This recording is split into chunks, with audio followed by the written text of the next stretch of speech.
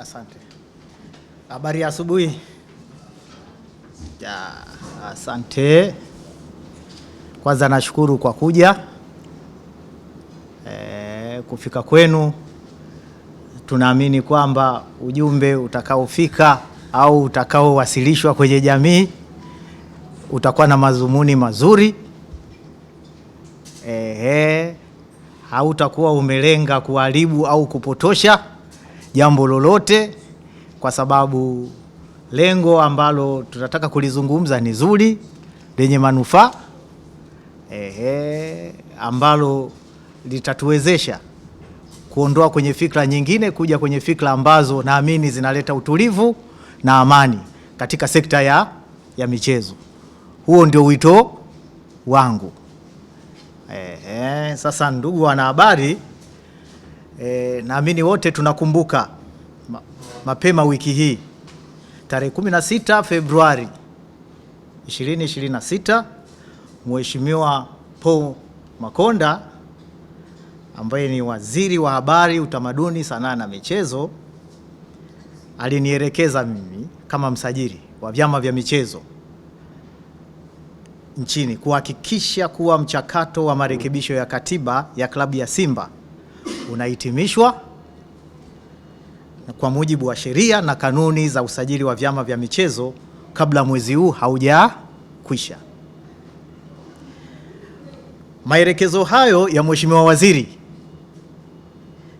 yalikuwa ni ya kusisitiza na kuhakikisha kuwa hatua zote za kisheria za kiutawala zinakamilika kwa wakati kwa maslahi ya klabu, wanachama wake na maendeleo ya michezo kwa ujumla.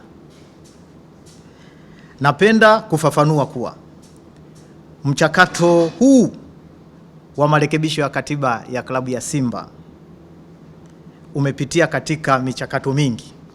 Kwanza uchambuzi, una tathmini na uidhinishaji wa marekebisho ya katiba. Sasa haya yote yalikuwa yameshafanyika. Mchakato huu tayari ulikuwa umeshachakatwa. Ulibaki mchakato mmoja tu ambao ulikuwa ni kuwakabidhi klabu ya Simba katiba yao, kwa sababu katika michakato tulionayo kuna michakato wanawasilisha katiba. Baada ya hapa tunakuwa tunawasiliana na klabu na uongozi kupata ufafanuzi tofauti ili kuhakikisha katiba hii inakuwa inabeba yale madhumuni yaliyokuwa yamekusudiwa. Kwa hiyo katika mchakato huo, mchakato wa mwisho kabisa ni wa kukabidhi katiba, ambao unapokabidhi katiba hiyo unahakikisha kwanza uongozi wa klabu ya Simba una sign, unakubali kwamba haya ndio marekebisho sahihi na yamebeba yale maudhui waliokusudia kwenye fomu maalum ambayo wana sign, ambayo tayari sasa kupitia maelekezo hayo ya Mheshimiwa Waziri, ofisi ya msajili imeshakamilisha hatua hiyo ya mwisho ya kukabidhi katiba na kupokelewa rasmi, ambayo katiba imeidhinishwa. Kwa hiyo katiba ya klabu ya Simba imeshakabidhiwa kwenye uongozi wa klabu ya Simba. Kwa msingi huo, napenda leo tarehe 18 Februari 2026 kuutaarifu umma kuwa mchakato wa marekebisho ya katiba ya klabu ya Simba sasa umehitimishwa kikamilifu kwa mujibu wa sheria na kanuni wa vyama vya michezo, baada ya kukamilika kwa hatua zote, ikiwemo kukabidhi rasmi katiba hiyo kwa uongozi wa klabu. Tazungumzia hatua za mchakato zilizopitia. Klabu ya Simba ilianza mchakato wake wa mageuzi wa mfumo wa uendeshaji wake ili kuwaruhusu wawekezaji kwa mujibu wa katiba yake ya mwaka 2018. Katika utekelezaji wa mageuzi hayo, changamoto za kisheria na za kiutawala zilijitokeza, ikiwemo masuala ya muundo wa umiliki, usajili wa wadhamini na uoanifu wa katiba na matakwa ya taasisi mbalimbali za serikali. Marekebisho hayo yalikuwa yamejadiliwa na kupitishwa awali kwa mkutano mkuu wa wanachama uliofanyika tarehe 30 baada ya kuwa na changamoto hizo. Kwa hiyo mkutano wa tarehe 30 Novemba 2025 wa klabu ya Simba uliweza kuboresha katiba ili iweze kuendana na yale changamoto zote, kuziondoa zile changamoto ambazo ilisababisha katiba ya kwanza kukwamisha ule mchakato wa mabadiliko. Na baadaye, baada ya mkutano mkuu, waliwasilisha rasmi ofisi ya msajili kwa ajili ya kukamilisha hatua za mwisho za kisheria za kiutawala. Sasa klabu iliwasilisha mapendekezo hayo kwa mara ya kwanza tarehe 10 Disemba 2025. Baada ya kuyapitia, ofisi ya msajili iliyarejesha rasmi rasimu hiyo tarehe 18 Disemba 2025. Tuliwarejeshea klabu ya Simba kwa ajili ya kufanya maboresho na uoanifu zaidi ya matakwa ya kisheria na kanuni. Tarehe 24 Disemba 2025, klabu iliwasilisha tena rasimu iliyofanyiwa maboresho katika kuendelea kutekeleza wajibu wake wa kisheria wa kuhakikisha ukamilifu na uwazi wa masharti yaliyopendekezwa na ofisi ya msajili. Waliwasilisha katiba hiyo tarehe 5 Januari.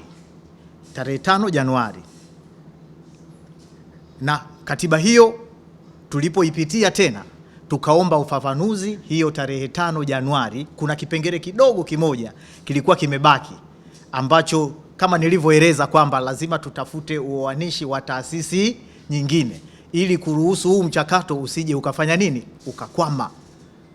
Kwa hiyo tarehe 5 tukawarejeshea tena wafanye tena nini, hilo boresho la mwisho 2026.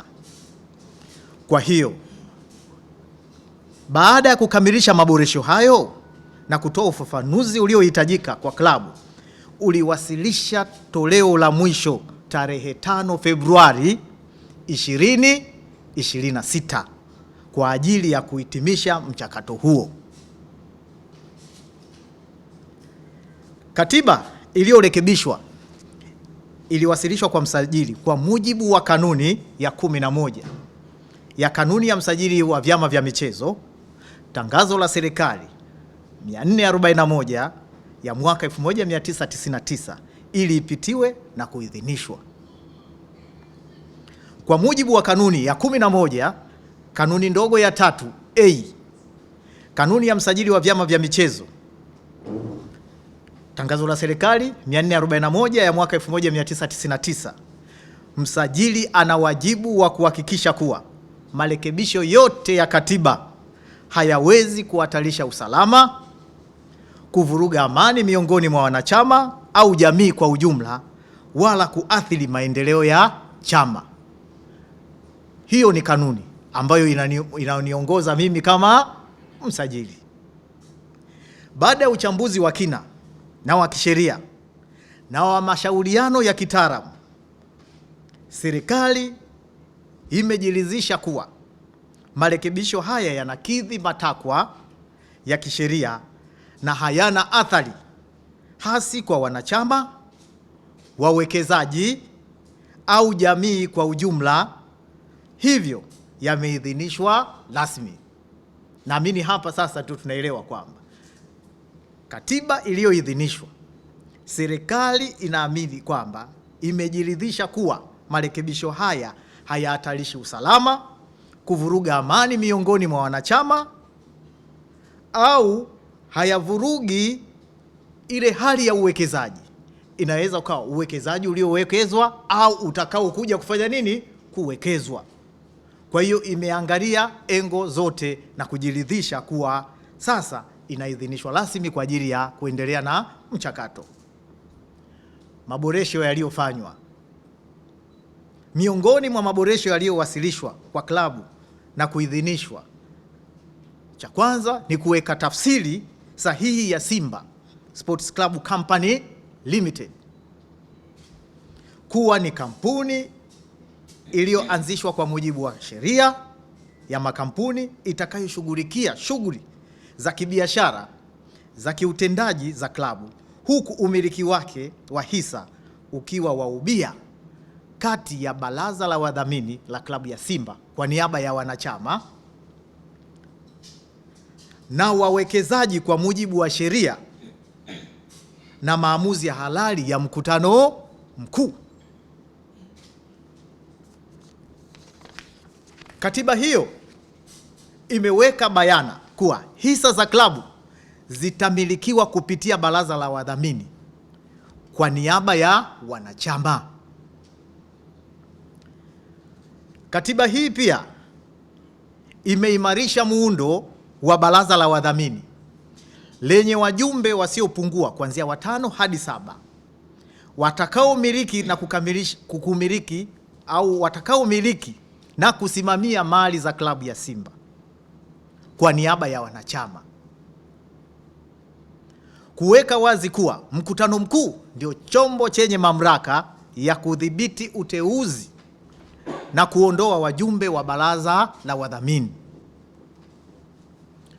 Kuweka muundo wa kuimarisha ndani ya bodi kwa kuzingatia uwiano wa umiliki wa hisa kati ya wanachama na wawekezaji, huku angalau zile 51% ya hisa zikiendelewa kumilikiwa na wanachama.